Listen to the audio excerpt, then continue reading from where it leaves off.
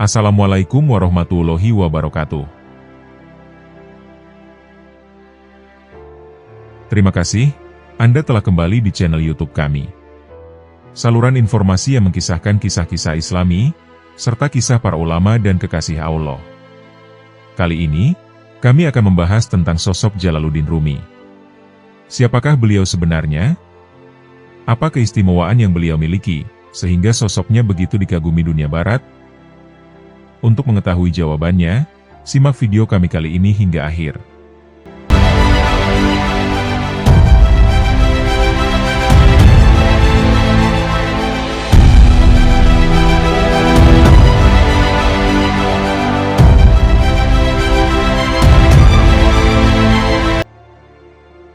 Ketika Rumi disuruh membeli minuman keras.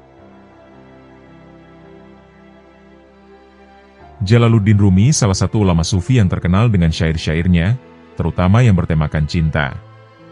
Memiliki nama lengkap Maulana Jalaluddin Rumi Muhammad bin Hasin Al-Hattabi Al-Bakri.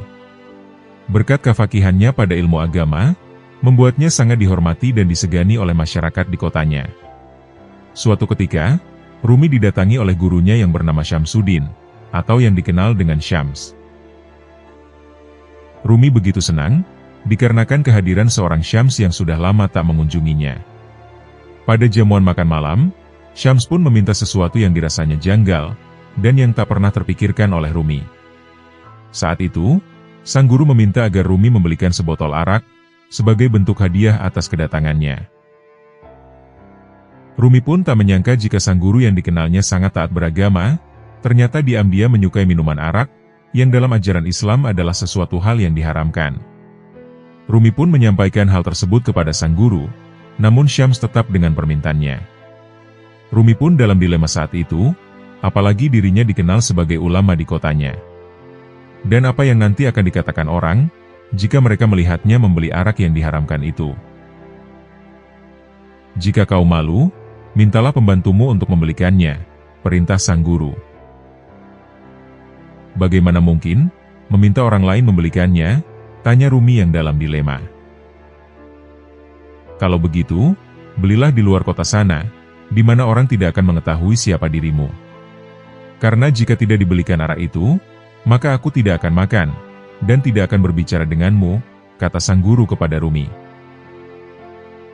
Karena kecintaannya kepada sang guru, Rumi pun berjalan keluar kota asalnya, sembari mengendap-endap dengan menutupi wajahnya dengan jubah, agar orang-orang tak mengelainya. Singkat cerita, lalu sampailah Rumi di perbatasan kotanya, dan ia pun mengunjungi kedai minuman keras, yang kebetulan dimiliki seorang Nasrani. Namun siapa sangka, ternyata di antara penghuni kota itu ada yang mengenali Rumi. Akhirnya, kabar seorang ulama terkenal itu pun tersebar, hingga sampai di masyarakat kota tempat Rumi berasal. Seorang ulama yang dikagum-kagumi selama ini, dirinya menjadi bulan-bulanan warga kota. Rumi hanya bisa terdiam saat dipukuli, diludahi, dan dihina, tanpa bisa membela diri sekalipun, yang membuat masyarakat semakin berang terhadapnya. Di saat itulah Syams sang guru datang, lalu berubah suasana menjadi hening. Celakalah kalian, yang telah menyebarkan fitnah kepada seorang yang tak bersalah. Rumi tidak membeli arak, tapi yang ia beli itu hanyalah sebotol cuka makan. Ucap sang guru yang turut membela. Mendengar ucapan Samsi, maka masyarakat pun mengecek sebuah botol yang sedang dibawa Rumi.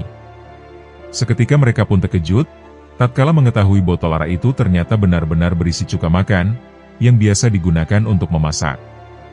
Atas kejadian tersebut, masyarakat yang tadinya memukuli Rumi, mereka akhirnya bersujud-sujud, memohon maaf kepada Syekh Jalaluddin Rumi. Setelah orang-orang pergi, Rumi pun mempertanyakan maksud dari gurunya tersebut. Wahai guru, malam ini engkau membuatku terjerumus dalam masalah besar. Karena permintaanmu itu, aku hampir saja celaka, dan aku harus menodai kehormatan serta nama baikku sendiri. Lantas, apakah maksud dari semua ini? Tanya Rumi kepada sang guru. Semua ini agar engkau mengerti, bahwa wibawa yang engkau banggakan ini hanya hayalan semata. Engkau pikir, penghormatan orang-orang awam seperti mereka ini sesuatu yang abadi. Padahal engkau lihat sendiri, hanya karena dugaan satu botol minuman saja, semua penghormatan itu pun sirna, dan mereka kemudian meludahimu, memukuli kepalamu, dan hampir saja menghilangkan nyawamu. Inilah kebanggaan yang selama ini engkau perjuangkan, dan akhirnya lenyap dalam sesaat. Itulah pelajaran yang dapat engkau ambil. Kealiman dan 1000 kebaikan yang telah engkau lakukan, tiba-tiba tak bernilai, hilang karena hanya satu kesalahan. Maka jauhilah penilaian dari orang lain, dan bersandarlah hanya kepada Allah.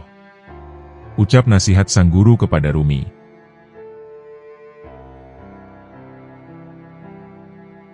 Saudagar dan Darwis Kristen. Seorang saudagar kaya dari Tabriz datang ke Konya, mencari orang paling bijaksana di sana, karena ia sedang dalam masalah.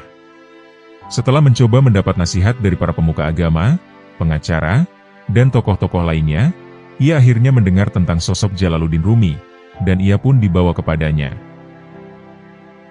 Saudagar itu membawa 50 keping emas sebagai persembahan. Ketika dilihatnya Sang Maulana di ruang pertemuan, sangat haru dalam hatinya. Rumi pun berkata kepadanya, 50 keping emasmu diterima. Tetapi, engkau telah kehilangan 200, itulah sebabnya engkau kemari. Tuhan telah menghukummu, dan menunjukkan sesuatu kepadamu. Sekarang, segalanya akan tuntas bagimu. Ucap Jalaluddin Rumi dengan tegas. Saudagar itu terkesima akan pengetahuan Sang Maulana, sedangkan Rumi melanjutkan lagi ucapannya. Engkau dilanda banyak kesulitan, karena pada suatu hari jauh di negeri barat sana, engkau melihat seorang darwis Kristen rebah di jalan, dan engkau meludahinya. Sekarang, pergilah ke sana dan mintalah maaf, dan sampaikan salam kami kepadanya.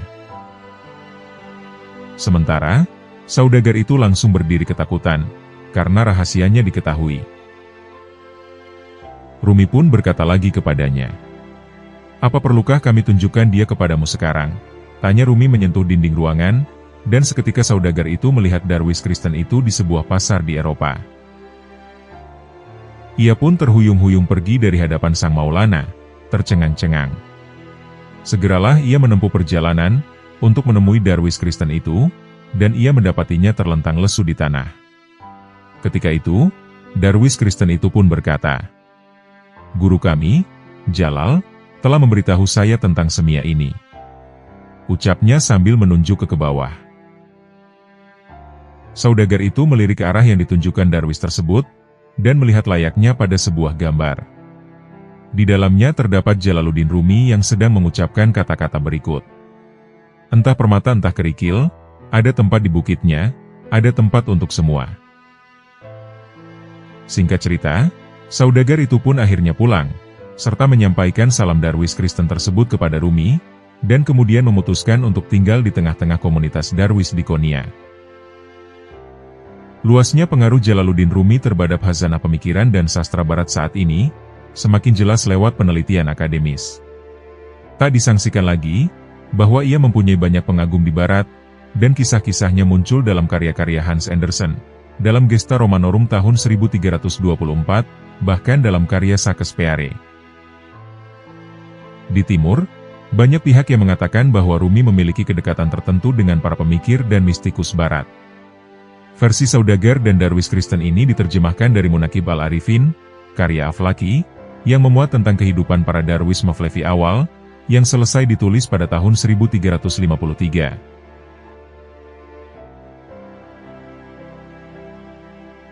Perjumpaan dengan sang guru. Siapa yang tidak kenal Jalaluddin Rumi, seorang tokoh sufi dan penyair terkenal di masanya hingga sekarang. Nama lengkapnya Jalaluddin Muhammad bin Baharuddin Walad bin Husin al-Hatih bi al-Bakri. Kata Rumi di belakang adalah julukan baginya, yang menghabiskan sebagian besar hidupnya di Konya, yang dulu dikenal dengan sebutan Rum. Rumi lahir di Balkh atau Yang, sekarang masuk wilayah Afghanistan, pada 30 September 1207 Masehi. Ia lahir dari keluarga yang berpendidikan tinggi. Ayahnya bernama Baharuddin Walad. Seorang dai terkenal, ahli fikih, dan juga seorang sufi yang masih memiliki keturunan dengan Abu Bakar. Dari latar belakang ayahnya itulah, yang membuat Rumi sangat dekat dengan ilmu agama dan tradisi tasawuf. Ketika berada di Konya, pada suatu saat Rumi sedang gelisah. Tiba-tiba, datang seorang Darwisi, orang suci pengembara dari Tabriz, dan ia bernama Syamsuddin. Saat itu, umurnya 20 tahun lebih tua dari Rumi. Pertemuan itu terjadi pada tanggal 26 Jumadil Akhir, tahun 624 Hijriah, atau bertepatan pada tanggal 28 November, tahun 1244 Masehi. Sebagaimana biasanya, Jalaluddin Rumi tengah mengajar para muridnya dalam sebuah perkuliahan. Tiba-tiba, seseorang yang sebelumnya belum dikenal secara lebih dekat oleh Rumi, masuk ruang pembelajaran tersebut. Orang asing itu pun menunjuk sebuah tumpukan buku, sembari bertanya dengan nada berantakan, "Apakah ini?" Rumi menjawab dengan nada jengkel, "Engkau tidak akan mengerti." Mendapat jawaban yang demikian dari Rumi, orang itu lantas mengambil buku-buku tersebut, dan kemudian dibakar. Sehingga, tersulutlah api yang membakar buku-buku tersebut, yang kemudian membuat Rumi ganti bertanya, "Apakah ini?" Orang asing itu menjawab, "Engkau tidak akan mengerti." Saat itu, Rumi terhentak dalam kebingungan. Dia menjadi merasa bodoh mendengar jawaban orang tersebut.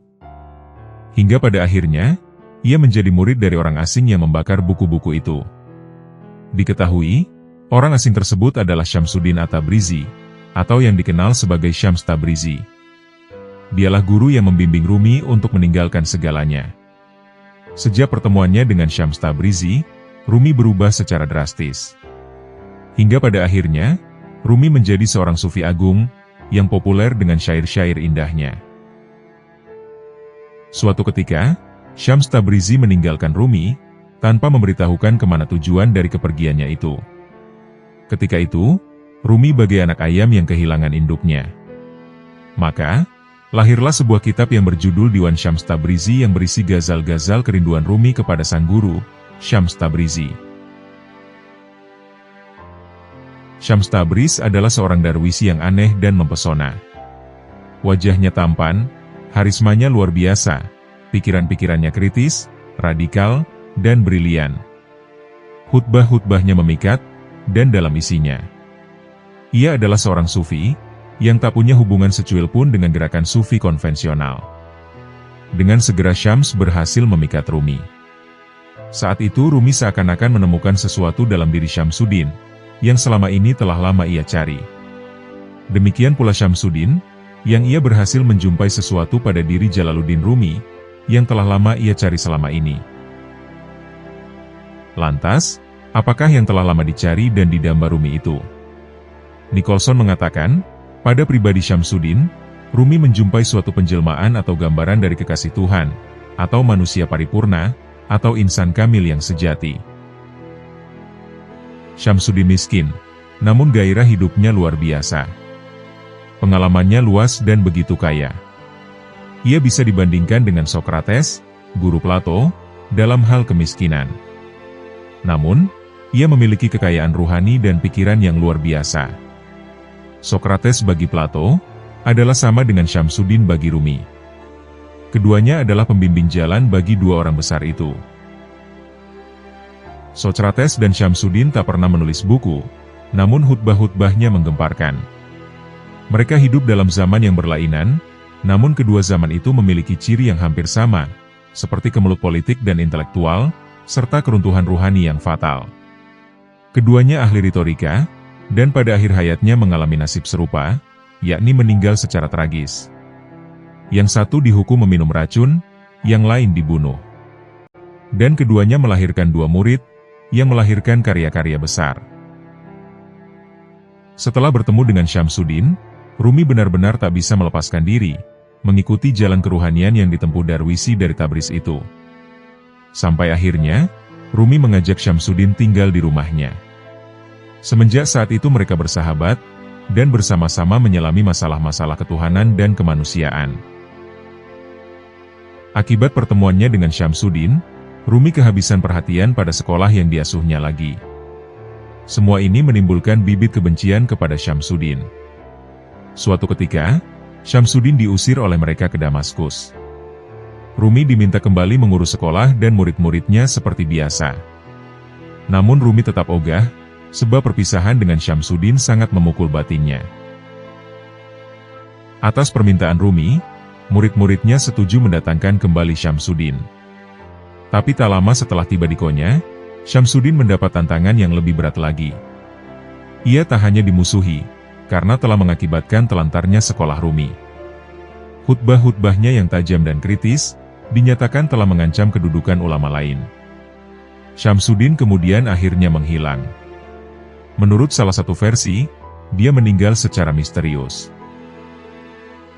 Peristiwa ini memukul batin Rumi, namun ia tetap bertekad meneruskan pencariannya akan sang guru. Hingga pada akhirnya, kerinduannya pada Syams Tabriz semakin menjadi-jadi. Ia lalu pergi ke Damaskus, karena di Konya hidupnya terasa sia-sia. Ia hidup beberapa tahun dalam pengasingan dan pengembaraan. Waktu berlalu, akhirnya Rumi kembali lagi ke Konya. Ia kemudian mendirikan tarekat Maulawiyah, yang terkenal dengan sebuah tari yang berputar-putar seperti gasing. Dalam keadaan ekstase, ia membacakan puisi-puisi yang diciptakannya, lalu ditulis oleh salah seorang muridnya. Kerinduannya pada Syamsuddin dan Tuhan, ia curahkan sepenuh-penuhnya dalam puisi.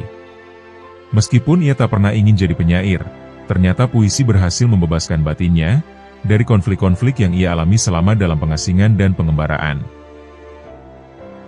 Mengenai bagaimana Rumi menemukan tari berputar-putar seperti gasing, yang terus hidup sampai sekarang, di baliknya terdapat sebuah kisah tersendiri. Salah seorang murid dan sahabat Rumi, yang juga seorang pandai emas, yang diketahui bernama Salahuddin Zerkub. Ialah pengganti Syamsuddin, setelah meninggal di tahun 1247. Suatu ketika, Rumi sedang mengunjungi tempat Salahuddin, yang saat itu sedang bekerja menempa emas.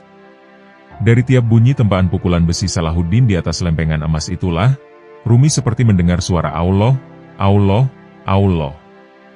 Bunyi itu seakan-akan suatu irama yang keras, yang secara spontan mengajaknya berputar-putar menari seperti gasing itu. Peristiwa inilah yang melahirkan tarekat Maulawi, dan para darwisi berputar menari diiringi musik, hingga ia mencapai ekstase. Persahabatan dengan Salahuddin juga memberi keuntungan lain. Kalau Rumi sedang mengucapkan puisi-puisinya, jelas ia tak bisa menuliskannya.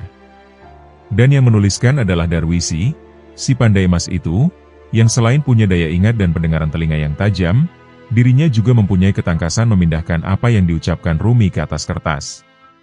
Sehingga, maka lahirlah karya Rumi yang kemudian dikenal sebagai Kitab Matsnawi.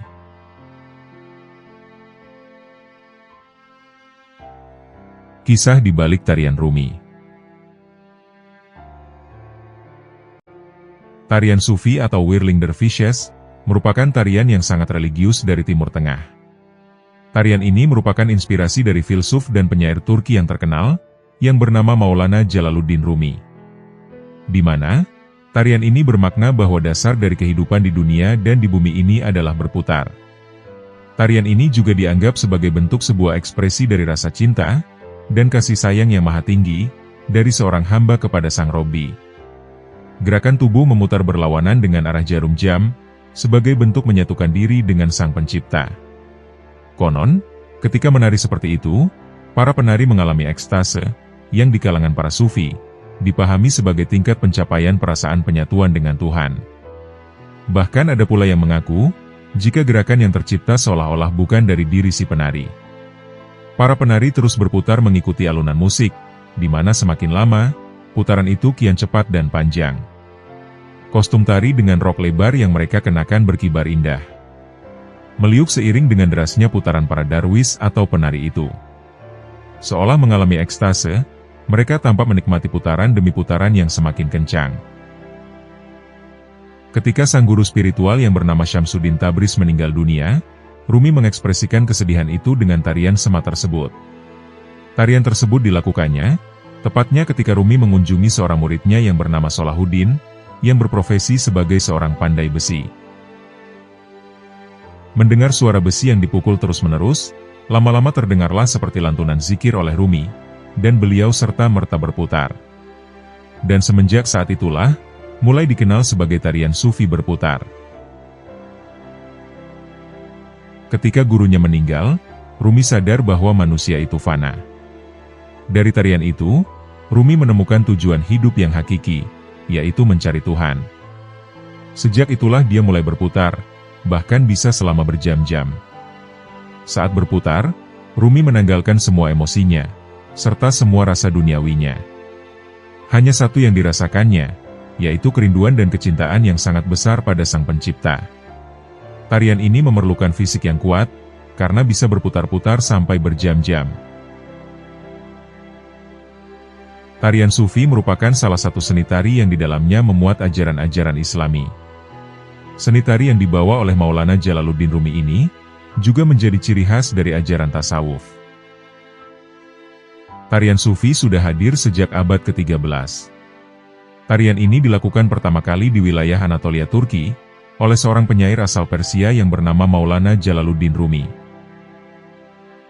Dalam salah satu literatur dijelaskan, bahwa tari Sufi tidak hanya sebagai bentuk ekspresi cinta dan kebahagiaan, namun tarian ini menjadi simbol dari ajaran-ajaran yang ada dalam tasawuf.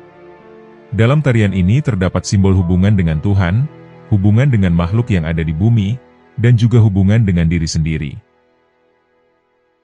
Hubungan yang muncul atas dasar kasih sayang, dan juga cinta kasih dari Tuhan, yang kemudian diteruskan kepada semua makhluk yang ada di bumi. Dalam tarian ini juga mengajarkan, bagaimana pentingnya mengenali diri sendiri, yang mana hal tersebut menjadi bekal utama untuk kemudian dapat mengenal Tuhan. Dari pemaknaan terhadap tari Sufi, para penari merasakan adanya manfaat atau pengaruh dalam diri mereka.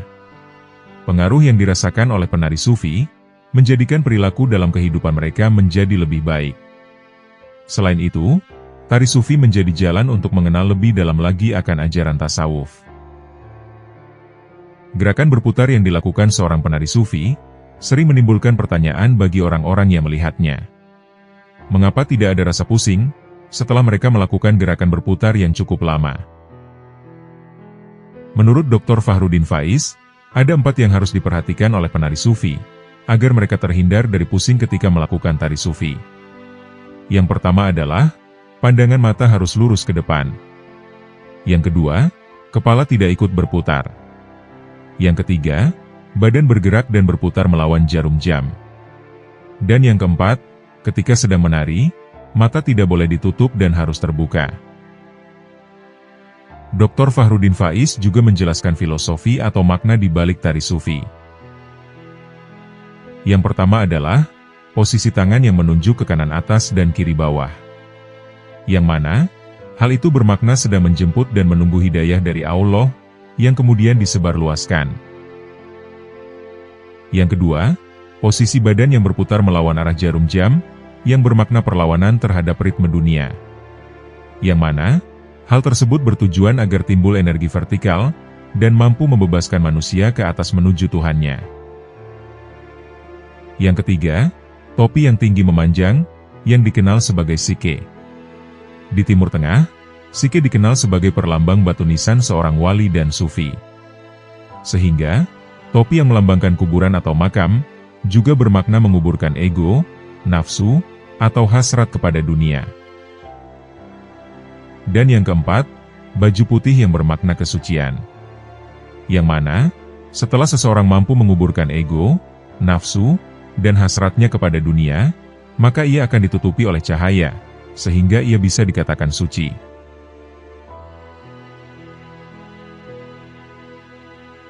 Menjelang kewafatan Rumi, Jalaluddin Rumi adalah seorang mistikus Islam, yang sosoknya sangat populer hingga hari ini. Karya-karyanya telah diterjemahkan dalam berbagai macam bahasa, dan telah dibaca oleh masyarakat dunia. Dia lahir di kota Balkh, dan meninggal di Konya.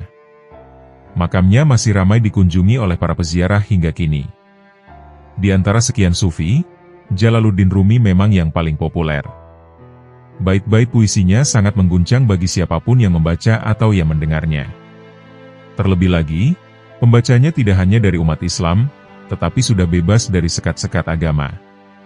Oleh karena itu, dia bukan saja milik umat Islam, melainkan penduduk dunia. Ada kisah yang menggugah jiwa, ketika ajalnya tengah dekat. Berikut ini kisahnya, yang akan kami sajikan secara singkat dan sederhana. Dikutip dari buku berjudul Makrifat Aulia, karya Muhammad Khalid Sabit, dikisahkanlah Maulana Jalaluddin Rumi ketika menjelang kematiannya. Di saat menjelang ajalnya, Maulana Rumi menuturkan bait-bait indahnya. Selama engkau yang menggenggam ruh, maka kematian lebih manis daripada kehidupan. Selama engkau zat tempat aku akan bersamamu, maka kematian lebih manis daripada ruh. Sambil mengatakan demikian, dia berada di atas ranjang kematiannya, dengan dikelilingi orang-orang tercinta dan kawan-kawannya. Bahkan, mereka memperhatikan apa yang diucapkannya itu sambil menahan napas.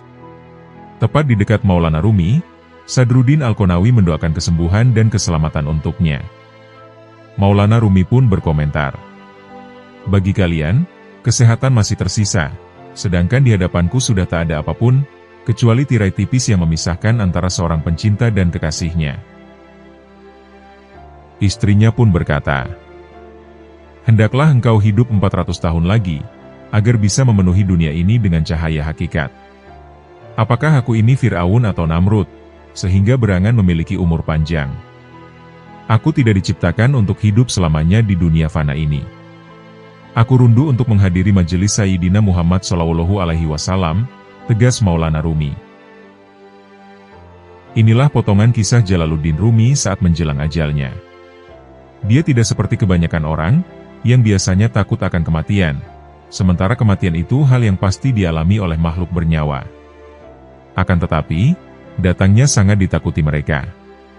Lain halnya dengan Maulana Rumi, yang kematian itu justru menyingkap tirai yang membatasinya dengan Allah. Sehingga, bagi Rumi hal itu sebuah kebahagiaan yang hakiki. Tidak ada kebahagiaan yang lebih puncak, daripada bertemu dengan sang kekasih, Al-Haq, Azza wa Jalla. Jalaluddin Rumi Muhammad bin Bahauddin Walal bin Hasin bin Al-Hotobi Al-Bakri, atau yang biasa dikenal sebagai Jalaluddin Rumi.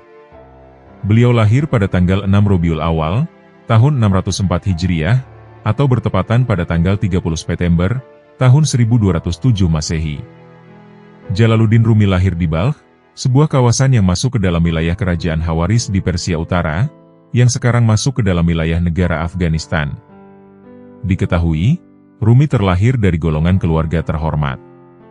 Yang mana, jika dilihat dari garis keturunan ibunya yang bernama Mukminah Hatun, ia masih merupakan bangsawan Hawaris, yang juga termasuk keturunan sepupu, sahabat, dan menantu Rasulullah, yakni Ali bin Abi Thalib, sang Khalifah Islam keempat. Sedangkan ayahnya bernama Muhammad, atau lebih dikenal dengan Bahauddin Walad.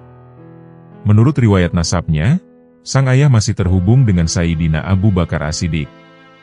Ayahnya Rumi adalah seorang ulama besar fikih, sekaligus seorang mufti. Ia juga merupakan syekh dari tarekat Kubrowiyah, yang didirikan oleh Syekh Najmuddin Al-Kubro, yang mendapatkan gelar penghulu dari para ulama. Dan gelar tersebut diberikan langsung dari Nabi Muhammad SAW, yang datang melalui mimpi.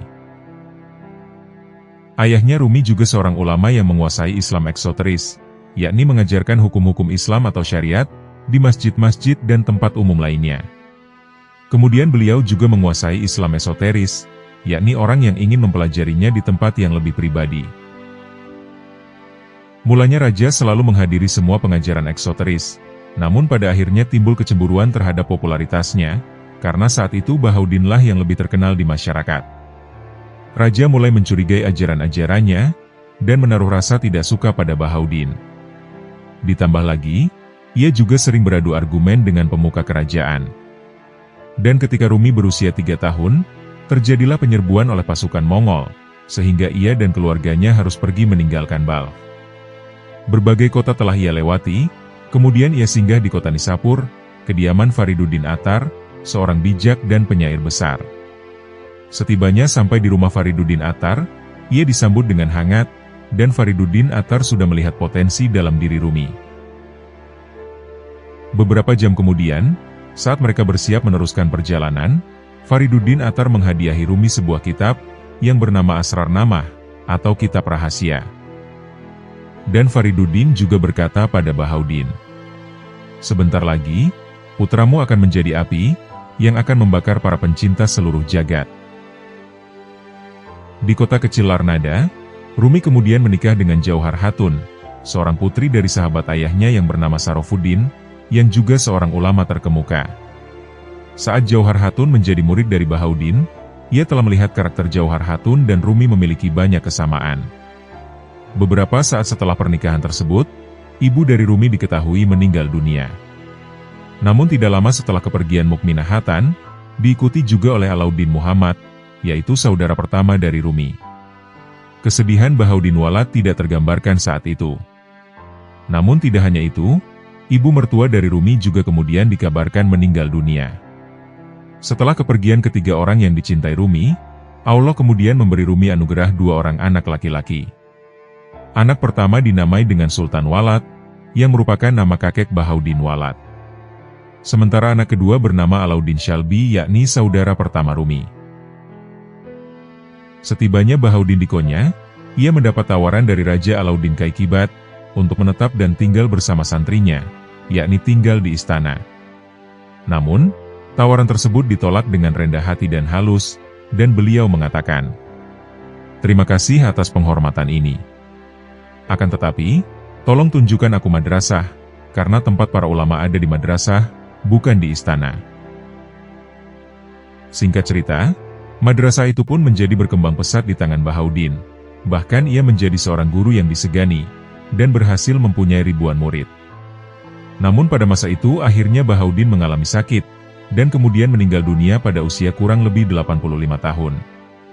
Rumi pun kemudian menjadi penerus ayahnya, dan menggantikan tugas ayahnya sebagai guru madrasah. Rumi menguasai berbagai cabang ilmu secara luas, seperti tafsir Al-Quran, hadis, usuluddin, fikih, tasawuf, bahasa dan sastra Arab, sejarah Islam, falsafah, dan ilmu lain-lain. Saat mengajar, Rumi pada waktu itu berusia 33 tahun. Sebagai seorang sufi dan juga penyair besar, Rumi terpancarkan berkat karya-karyanya yang ia ciptakan. Namun ada 2 model karya sastra Rumi, yaitu yang berbentuk esai, dan syair yang berirama. Berikut ini beberapa karya Rumi dalam bentuk syair-syair berirama, yaitu ada 3. Yang pertama adalah Masnawi, yang merupakan karya terbesar Rumi. Karangan ini berisi makna-makna atau rahasia terdalam ajaran agama yang bersajak.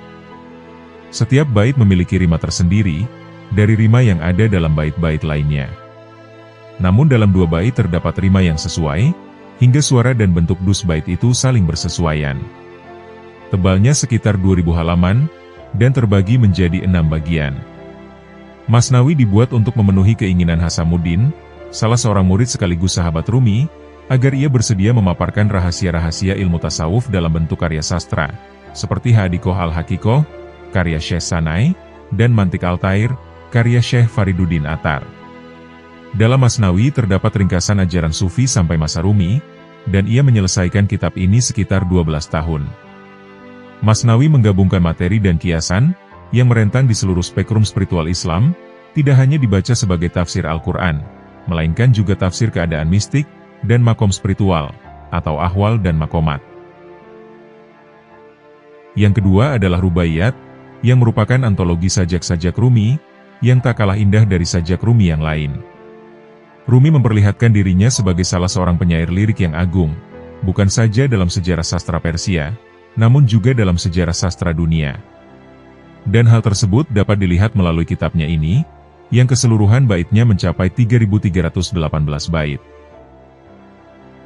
Yang ketiga adalah Diwan Syams Tibris, yang merupakan kumpulan sajak-sajak pujian, yang menunjukkan pengalaman dan pemikirannya terhadap cinta yang bersifat kerohanian melalui jalan tasawuf. Adapun isi baitnya mencapai 43.000 bait. Buku ini juga mengungkapkan hubungannya dengan sang guru, yakni Syamsuddin Al-Tibris, karena telah terjadi penyatuan antara jiwa guru dan murid. Di akhir syair syiar Rumi menyebutkan nama Syamsuddin, hingga diwan itu dikenal dengan Diwan Syamsi. Adapun karya-karya Rumi dalam bentuk karya esai adalah sebagai berikut. Yang pertama adalah Al-Majalis Al-Saba'ah, yang merupakan karya berbentuk prosa, yang berisi khotbah-khotbah Rumi di berbagai masjid dan berbagai majelis keagamaan. Khotbah-khotbah ini tidak hanya untuk kaum sufi, melainkan juga untuk umum. Khotbah Rumi berbentuk konseling, dan disampaikan sebelum bertemu dengan Syamsuddin At-Tabriz. Yang kedua adalah Majmu'ah Min Ar-Rosail, yang merupakan kumpulan surat kepada sahabat-sahabatnya. Kehidupan rohaninya diungkapkan melalui kitabnya ini, sebagai penempuh ilmu suluk, dan juga berisi nasihat-nasihat Rumi kepada murid-muridnya, yang membahas tentang persoalan amali praktis dalam tasawuf. Yang ketiga adalah Fihi Ma Fihi, yang merupakan buku kumpulan percakapan cerdas dan filosofis Rumi. Buku ini membicarakan persoalan-persoalan kehidupan, yang dipertanyakan oleh murid-murid atau sahabat-sahabat dekat Rumi, dan buku ini kaya akan hikmah-hikmah kehidupan. Sesudah Rumi mengabdikan seluruh hidupnya untuk mengajar, pada suatu hari ia mengalami demam, dan tubuhnya panas bagai terbakar. Mendengar Rumi sakit, masyarakat berbondong-bondong menjenguk, dan mendoakan kesembuhan Rumi. Akan tetapi, takdir Allah berkata lain, dan pada akhirnya Rumi menghembuskan nafas terakhirnya pada waktu menjelang maghrib. Kejadian yang sangat menyedihkan itu terjadi di kota Konya, tepatnya pada tanggal 5 Jumadil Akhir, tahun 672 Hijriah, atau bertepatan pada tahun 1273 Masehi. Ketika jenazahnya hendak diberangkatkan pada pagi buta, banyak penduduk setempat berdesakan ingin melihat sang tokoh ulama untuk yang terakhir kalinya. Tak hanya masyarakat Islam, bahkan pengikut agama lain pun juga ikut larut dalam kesedihan atas kepergiannya. Bahkan, pada saat itu orang Yahudi dan Nasrani membacakan Taurat dan Injil mereka. Bukan hanya itu, para penguasa hadir pula dalam acara pemakamannya, lalu para penguasa bertanya pada para pendeta dan pastor yang hadir. Bukankah yang meninggal ini jenazah seorang muslim yang alim? Para pendeta kemudian menjawab, "Berkat Dialah, kami mengetahui kebenaran para nabi terdahulu, dan pada pribadinya kami memahami perilaku para wali yang sempurna." Jenazah lalu diberangkatkan menuju tempat istirahat abadi. Para pelayat yang berlimpah ruah, dan diiringi dengan isak tangis mereka. Bahkan, para pelayat saling berebut membawa atau menyentuh usungan jenazah, maka tidak heran jika jenazahnya baru sampai pada sore hari. Jenazah Jalaluddin Rumi kemudian dimakamkan di samping ayahnya, dan makamnya pun dibangun dengan indah, untuk memperingati jasa-jasa yang telah dilakukan oleh sang penyair sufi. Sejak kecil, Jalaluddin Rumi diketahui sangat dekat dengan ilmu agama. Sehingga, hari-harinya banyak diisi dengan bermacam-macam ilmu agama, dan berbagai ilmu kebatinan. Rumi meninggalkan kota kelahirannya bersama dengan keluarganya, dan sebagian murid ayahnya. Mereka bermigrasi dan berpindah-pindah ke tanah-tanah muslim, bahkan mereka juga melakukan ziarah ke Mekah. Setelah ziarahnya inilah, Rumi beserta murid ayahnya kemudian menetap di Konya. Selama perjalanan dengan keluarganya, Rumi selalu rajin mempelajari ilmu agama, terutama agama Islam. Ia mempelajari mengenai banyak sekali ilmu spiritual dan rahasia tentang jiwa dari ayahnya. Sehingga setelah ayahnya meninggal, Rumilah yang kemudian menggantikan posisi sang ayah, yakni sebagai guru agama bagi murid-muridnya. Ketika Rumi masih berusia 24 tahun, ia meneruskan tugas sang ayah. Walaupun muda, namun ia berhasil membuktikan bahwa dirinya adalah seorang yang memiliki ilmu pengetahuan yang mendalam, terutama mengenai ilmu agama. Diketahui, ayahnya merupakan salah satu tokoh yang sangat berpengaruh bagi Rumi, terutama terhadap cara berpikir dan kecerdasannya. Setelah beberapa tahun mengajar, saat itu Rumi mulai merasa bosan, sehingga ia mengembara dalam mencari ilmu. Karena menurutnya, dalam mengubah sikap dan alam pikiran mengenai dunia, manusia, dan Tuhan, tidak akan cukup hanya dengan pengetahuan formal yang ia ajarkan kepada murid-muridnya. Sejak saat itulah Rumi mulai menyadari bahwa pelajaran dan pengetahuan formal tidaklah cukup dalam mendidik seseorang. Ia meyakini bahwa dalam diri manusia memiliki kekuatan tersembunyi. Dan apabila dirasakan secara sungguh-sungguh, maka akan memberikan kebahagiaan dan pengetahuan yang tidak terkira luasnya. Kekuatan tersebut adalah cinta ilahi. Karena melalui jalan cinta, seseorang yang ingin memahami kehidupan, atau asal-usul ketuhanan, tidak didapatkan hanya melalui pengetahuan. Karena cinta adalah asas penciptaan alam semesta serta kehidupan, dan cinta dapat membawa kita menuju keyakinan tertinggi. Bermula dari kesadaran Rumi, setelah pengembaraan dalam mencari ilmu, ia akhirnya mulai menyadari bahwasanya pengetahuan dan pengajaran yang ada belum mampu mengubah pribadi seseorang. Maka dari itu, Rumi lalu mengambil kesimpulan bahwa tingkah laku seseorang akan berubah ketika sikapnya juga ikut berubah. Perubahan itu akan terjadi jika ada perasaan yang positif, karena manusia kurang menyadari potensi dirinya sebagai manusia, dan kurang memiliki perasaan yang positif. Rumi melihat manusia dalam dirinya terdapat rahasia, yang jika digunakan dengan sungguh-sungguh dan tepat, maka akan membawanya kepada keluasaan yang tak terbatas. Mengenai pemikiran Sufi Rumi, yang telah banyak mempelajari selama bertahun-tahun, ia juga banyak memahami tentang syair-syair karya Attar dan Sanai. Pada tahun 1244 Masehi, ia berjumpa dengan Syamsuddin At-Tabrizi, yang menurut Rumi ia menemukan gambaran sempurna dari kekasih Tuhan, yang ia cari selama ini. Dan tokoh Syamsuddin At-Tabrizi inilah, yang merupakan sosok penting baginya, yang banyak mempengaruhi pemikiran Rumi. Sehingga, pertemuan keduanya menjadi titik perubahan dari hidup Rumi, bahkan mereka jadi sangat dekat satu dengan lain, karena mereka telah menjadi sahabat. Ketika Syamsuddin At-Tabriz berkunjung ke Damaskus, dirinya dikabarkan meninggal dunia. Menurut beberapa kabar, Syamsuddin At-Tabriz nyawanya dihabisi oleh salah seorang dari murid Rumi, yang tidak senang melihat kedekatan Rumi dengan gurunya itu. Rumi pun sangat sedih dan terpukul atas kematian sahabatnya. Ia lalu mengungkapkan rasa kasih sayang dan penyesalan atas kematian sahabatnya, yakni dalam bentuk musik, tarian, dan syair. Selama hampir 10 tahun setelah pertemuannya dengan Syamsuddin At-Tabriz, Rumi pun terus menggunakan hidupnya untuk menulis sastra puisi, yang merujuk pada sebuah tangisan kematian. Setelah pergaulannya dengan sang guru, menjadikan sosok Rumi seorang sufi yang hebat. Sebuah perhimpunan yang diberi nama Diwan Syam Tabriz digagas Rumi, karena ia menulis banyak syair demi mengenang kerinduan dan kesedihan pada sang guru. Hal itu menjadikannya sebagai seorang penyair yang agung, bahkan tidak bisa untuk ditandingi pada masa itu. Atas dasar latar belakang inilah, yang kemudian membuat Rumi menghasilkan karya-karya dan pemikiran tasawuf. Menurut pemikiran Rumi, cinta tidak bisa dijelaskan melalui kata-kata secara pasti, karena penjelasan apapun mengenai cinta, tidak lebih terang maknanya dari cinta itu sendiri. Melalui karya-karyanya, Rumi berusaha memberikan arahan tentang makna dari cinta, melalui syair-syair yang ciptakannya.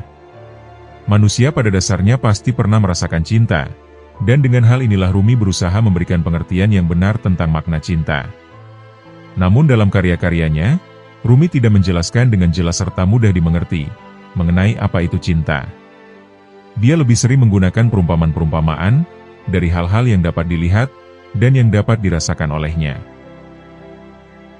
Selain kekayaan imajinasinya Rumi, yang menjadi pembeda di antara penyair sufi dan mistik lain, karena dalam variasi puisi Rumi begitu kaya. Bagi Rumi, kehidupan di dunia yang sangat dekat dengan kebumian yang fana ini, adalah di malam hari. Karena, malam hari hanya ada bulan yang sering ditutupi mendung, yaitu nafsu-nafsu yang menyesatkan. Ketika menginginkan cahaya bulan, seseorang harus menyingkirkan mendung yang meliputi diri dan penglihatannya, seperti penyatuan mistis. Dan mati bisa diumpamakan sebagai siang hari, di mana seseorang bisa melihat matahari. Dalam karyanya, Rumi tidak pernah berusaha memberikan gambaran secara rinci mengenai ajaran-ajarannya. Sebagian besar ulasannya bahkan mengarah pada corak yang tidak sistematis dan cerita-cerita singkat. Berbeda dengan tokoh-tokoh sufi lainnya, Rumi tidak pernah menggambarkan maupun menjelaskan tiap-tiap tingkatan serta makom-makom yang dilalui oleh para sufi dalam pencapaian mereka menuju Tuhan. Namun Rumi senantiasa menjawab setiap pertanyaan yang diajukan kepadanya, yang berkaitan dengan persoalan tersebut, melalui suatu cara yang jelas, menunjuk pengalaman-pengalaman pribadinya sendiri, yang mengalami transformasi batin, yang membawanya pada penyempurnaan rohani melalui pendakian thariqah, yang akan mengubah tembaga menjadi emas murni, bahkan mutiara. Untuk sampai pada tingkat hakikat, atau pencapaian jalan Tuhan, hal itu tidaklah mudah, dan harus melalui 3 dimensi ajaran sufi, yaitu syariat, thariqat, dan hakikat. Dan mereka juga harus terintegrasi ke dalam pengalaman rohani, dari perjalanan yang sedang ditempuh oleh sufi, hingga semua itu sangat terkait dengan akhlak yang dimiliki sufi. Puisi dijadikan sebagai tempat curahan bagi gagasan spiritual yang didapat, yang mungkin tidak bisa dianalogikan secara rasional, karena rata-rata pengalaman yang bersifat metafisik yang irasional. Seperti pengalaman saat Rumi yang menari secara tiba-tiba di tengah pasar, ketika ia mendengar suara ketukan yang berasal dari pandai besi. Menurut Rumi, suara itu terdengar seperti penyebutan lafaz Allah yang berirama, hingga ia tanpa sadar menari-nari. Ia mengalami mabuk kepayang, sehingga ia tidak sadar diri dengan keadaan sekitar, atau yang disebut fana. Dalam syairnya juga diterangkan sebagai berikut. Tak sedikit pun ia berhenti mendengar musik dan menari. Tak pula ia beristirahat, baik siang maupun malam. Setelah menjadi mufti, ia menjadi penyair. Setelah menjadi zahid, ia mabuk cinta. Tinggalkan minuman dari anggur, jiwa yang tercerahkan hanya meneguk anggur cahaya sejati. Dari kejadian itu, kemudian merubah diri Rumi menjadi sangat peka terhadap musik. Bahkan, suara pukulan palu dari seorang pandai besi saja, mampu membuatnya berpuisi dan menari. Bertolak dari pengalaman Rumi tadi, kalau dikaji menggunakan metode empiris, pasti akan banyak yang menuduh dirinya gila. Bagaimana mungkin, suara pandai besi bisa berubah dengan suara lafaz Allah? Sangat irasional, karena mereka menggunakan telinga empirisme, dan bukan dengan telinga spiritualisme. Dari sini kita melihat, bahwa empirisme sangat terbatas. Ia belum menjangkau hal yang paling esensi, yang berpusat pada rasa, atau dzauq. Ketika rasa yang berbicara, maka rasa juga yang harus mendengarkannya. Rasa cinta dari sang kekasih mampu meraih tujuan yang harus memiliki peran, dari kenyataan salah satu mencapai itu, dengan menangkap secara mudah perasaan dzauq hati, dan hal ini merupakan tujuan hidup manusia. Untuk merasakan cinta dari Tuhan, maka dengan perasaan inilah yang akan digunakan. Sebab itu, untuk mencapai puncak dari cinta, sampai pada fana dan baku dengan Allah, maka seseorang perlu mensucikan rohaninya, dan mempertajam perasaannya dari semua noda. Jika manusia telah benar-benar sampai melenyapkan kesadaran dirinya, maka ia sampailah pada tahap bako. Dan di antara jarak aku dan engkau sudah tidak ada, sampai aku sirna, pada aku menjadi mutlak. Cinta yang Rumi rasakan, disebabkan oleh perasaan cinta yang sangat menggelora dalam hatinya kepada Sang Ilahi, yakni cinta yang memiliki kemampuan untuk menyatukan segala daya. Karena, cinta akan mampu memaksimalkan potensi pencinta. Segala usaha akan dilakukan, untuk dapat menjangkau yang dicinta dengan indera lahiriahnya. Sebab, hatinya hanya terisi tentang dicintai, baik dalam kondisi sebagaimanapun dan kapanpun, sang pencinta akan terus dibuaikan oleh hasrat cinta yang menggebu, untuk selalu menghadirkan sang kekasih dalam jiwanya. Seperti pengalaman Rumi ketika hampir tiba waktu sholat. Ia menyegerakan dirinya menghadap kiblat untuk menunaikan sholatnya, bahkan air bekas wudhu berubah menjadi tanpa khusyuk. Ia mengalami tenggelam dalam sholat. Seorang sahabat Rumi yang bernama Sabah Salar pernah berkata, "Sering saya melihat ia melakukan sholat Isya semalam penuh, ia habiskan dalam rokaat." Adapun dalam sajak Rumi, ia menggambarkan tertib dalam sholat yang khusyuk dengan sangat bagus, bahkan sholatnya Rumi adalah sholat yang sedang kasmaran, dan hampir lupa diri. Bagi Rumi, sholat merupakan saat yang paling baik, untuk melakukan kontak langsung dengan Tuhan. Hal ini juga membuatnya lupa waktu dan tempat. Air matanya sering mengucur deras, sebab akan kerinduan. Ia pernah menangis tertahan dalam sholatnya, sehingga membuat wajah dan janggutnya basah oleh cucuran air mata.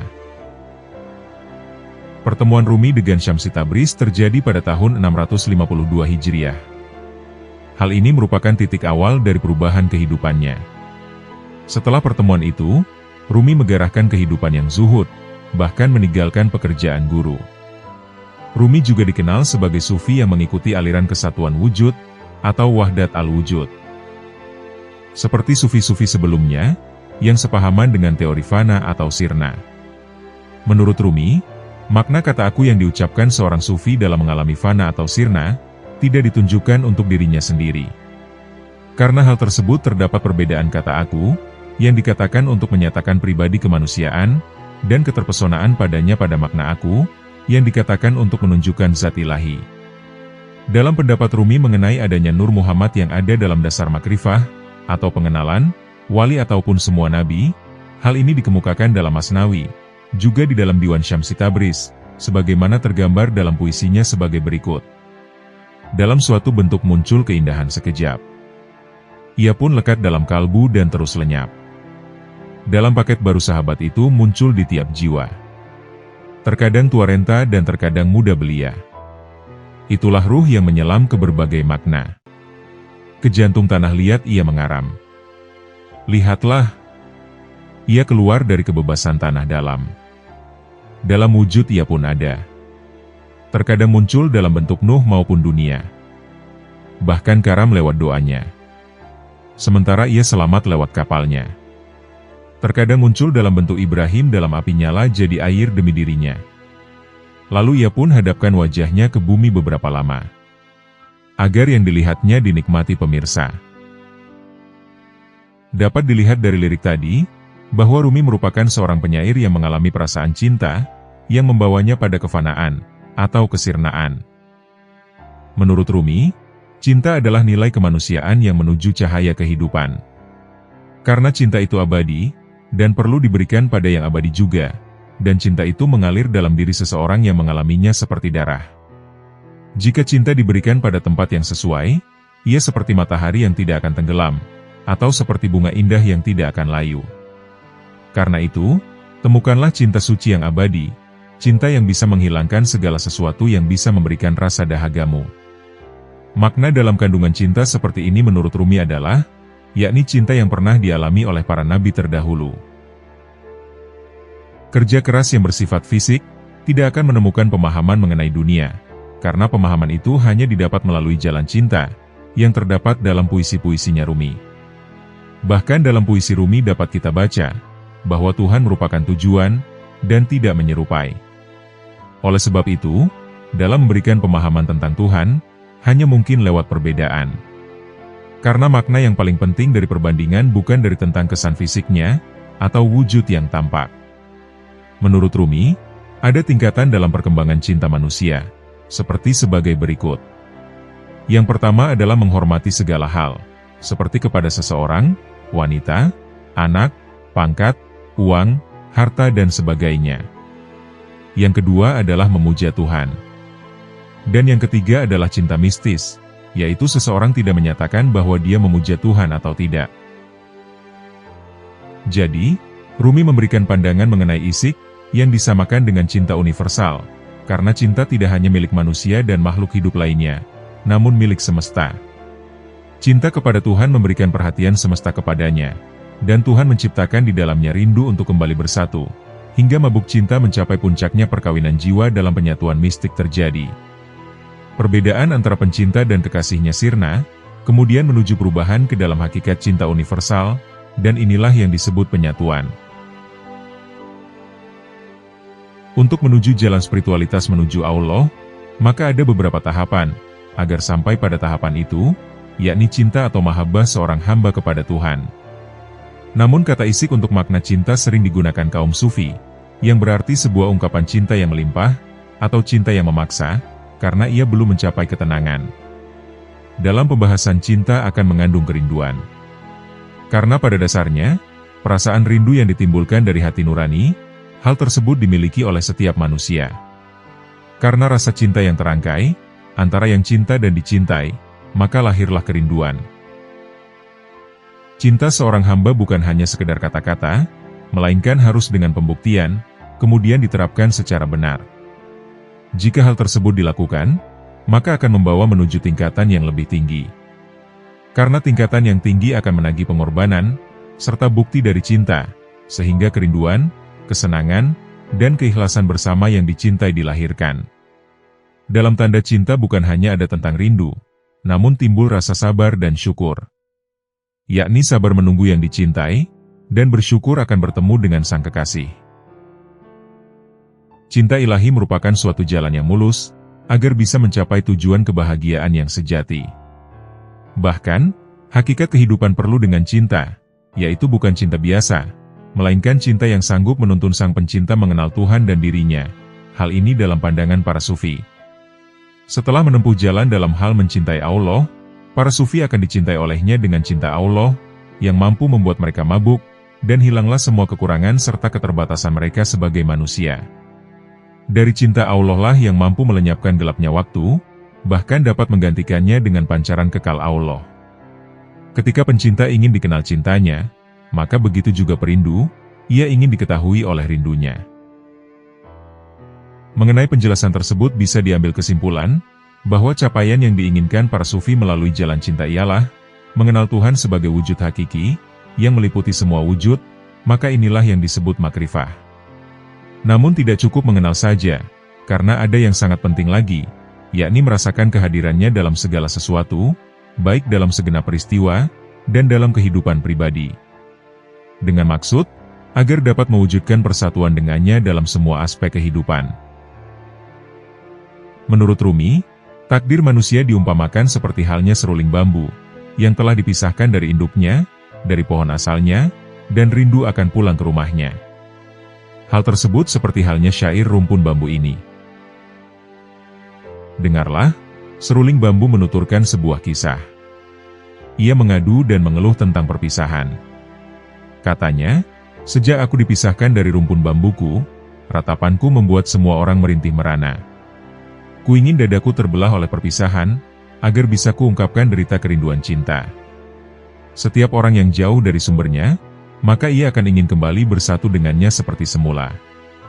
Kepada semua sahabatku utarakan ratapan dan keluhanku. Aku bergaul dengan mereka yang merana dan bahagia. Semua orang menjadi sahabatku karena pandangannya sendiri. Tak seorang pun mengorek segenap rahasia dalam relung kedalaman kalbu dan jiwaku. Rahasiaku tak jauh dari keluhanku, namun telinga dan mata tidak punya cahaya untuk memahaminya. Raga tidak berhijab dari jiwa, dan tidak juga jiwa dari raga, namun tak seorang pun diizinkan melihat jiwa. Dalam syair rumpun bambu itu menjelaskan tentang rahasia kesatuan ilahi, dan kebahagiaan sejati, kepada siapapun yang mempunyai telinga untuk mendengarnya. Seperti halnya bunyi seruling dalam tarekat Maulawi, yang merupakan salah satu alat musik penting dalam samak mereka, sering begitu menyayat hati, merindukan mendalam, untuk dapat bertemu dengan tempat asalnya. Kepedihan manusia yang ditafsirkan Rumi, sebagai bukti adanya rasa rindu yang mendalam terhadap asal mereka, yakni Tuhan sebagai sang awal. Konsep utama tentang cinta, atau yang disebut sebagai isik, atau cinta yang mendalam, seperti memisahkan antara manusia sebagai pencinta, atau asyik, dan Tuhan sebagai kekasih, atau masyuk. Karena cinta membara, hanya terjadi ketika ada keterpisahan yang jauh, antara sang pencipta dan yang dicintai. Dalam kisah Rumi menegaskan, ketika cinta Tuhan telah diraih, maka seseorang tidak akan lepas dari cinta itu. Dan ketika cinta itu tumbuh dalam hati, maka tidak diragukan lagi bahwa Tuhan juga mencintainya. Seperti halnya seseorang haus mencari air, maka air itu pun mencari orang-orang yang kehausan. Secara nalar, tidak ada yang mampu memahami cara Tuhan, seperti juga seorang anak kecil yang menyukai susu, dan mendapat kekuatan dari susu itu, namun akan sulit dijelaskan atau menggambarkan dengan tepat. Karena dia tidak bisa menyatakan kenikmatan yang didapatnya saat minum susu, atau kehilangan susu itu. Jiwa jatuh cinta pada susu itu, dan sangat menginginkannya. Syair dan bait pada karya Rumi lebih menggambarkan ungkapan kepiluan, kesedihan, serta derita, bahkan terkadang dirinya mengajak pembaca agar merasakan penderitaan, daripada kebahagiaan di dunia ini, sehingga kita dapat terlihat bahagia serta tertawa dalam penderitaan dan kesedihan. Derita dalam pendapat Rumi ialah, derita yang berharga untuk mencapai kebahagiaan. Rumi meminta manusia supaya bisa kembali kepada dasar eksistensi awal, akan menyatu dengan alam ilahi. Telah sampai bagi seseorang menuju kefanaan, maka tidak akan merasakan hal tersebut sebagai derita, melainkan harapan untuk bisa bersatu dengan kekasih, dan timbul suatu kerinduan yang mendalam. Cinta yang digagas oleh Rumi ialah suatu jalan untuk mencapai kesempurnaan, sehingga mampu menuntun manusia menuju pada Allah, dan jalan cinta juga mampu melewati segala bentuk kata-kata, ungkapan, konsep dan pemikiran, bahkan cinta menjadi perjalanan paling indah yang lebih nyata dari semesta, dan memiliki kekuatan dahsyat yang menakjubkan. Walaupun Rumi hanya memberikan bayangan tentang cinta, hal itu semata untuk membangkitkan keinginan menuju cinta dari hati yang mendengarnya. Berhubungan mengenai cinta seseorang, tidak akan timbul rasa jika tidak mengenali objek yang dicintai. Kemudian setelah mengenalnya, maka akan merasakan hakikat cinta, keindahan cinta, bahkan kenikmatan cinta, sehingga mampu mengantarkan seseorang menuju puncak sejati, dan karam akan jiwanya terhadap cintanya.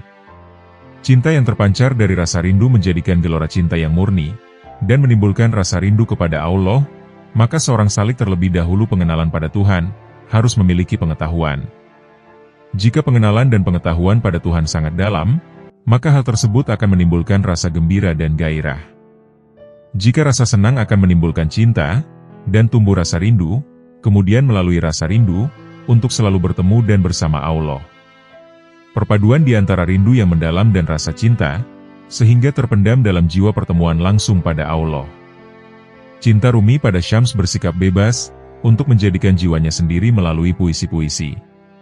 Menyatunya cinta jiwa dan kebebasan, namun pada saat kehidupan Rumi terjadi berbalik arah, sesudah menyatakan kebebasannya untuk mencintai jiwanya, Rumi tidak lagi berperilaku layaknya seorang guru yang baik, dan ia menjadi benar-benar bebas, hanya peduli akan jiwanya sendiri, dan cintanya pada Allah. Rumi berkata, "Lagi-lagi aku berada dalam diriku sendiri. Aku berjalan pergi, tetapi kesinilah aku berlayar kembali, kaki di udara jungkir balik, seperti seorang wali ketika dia membuka matanya di tengah doa. Sekarang ruangan, taplak meja wajah-wajah yang akrab." Rumi mencintai Allah menghendaki keadaan mabuk, di mana situasi ini menunjukkan tentang kebersamaan cinta Rumi pada Allah. Untuk hal ini Rumi menggambarkan bentuk-bentuk tertentu, yang berhubungan dengan kemabukan, seperti cawang dan anggur. Tuhan adalah cawang dan anggur, Dia tahu cinta seperti apapun situasiku.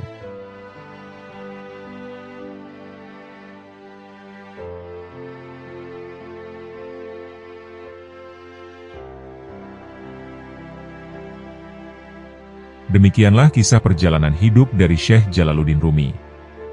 Semoga kita dapat mengambil hikmah dari kisah perjuangan dakwah beliau. Semoga Allah Subhanahu wa Ta'ala mengumpulkan kita dengan para kekasihnya, di dunia maupun akhirat. Semoga kita dapat meneladani kepribadian akhlak para kekasih Allah, serta mengambil hikmah dari kisah-kisahnya. Dan semoga dengan apa yang telah kami sampaikan, dapat menambah ketakwaan kita kepada Allah Subhanahu wa Ta'ala. Wallahu a'lam bishawab.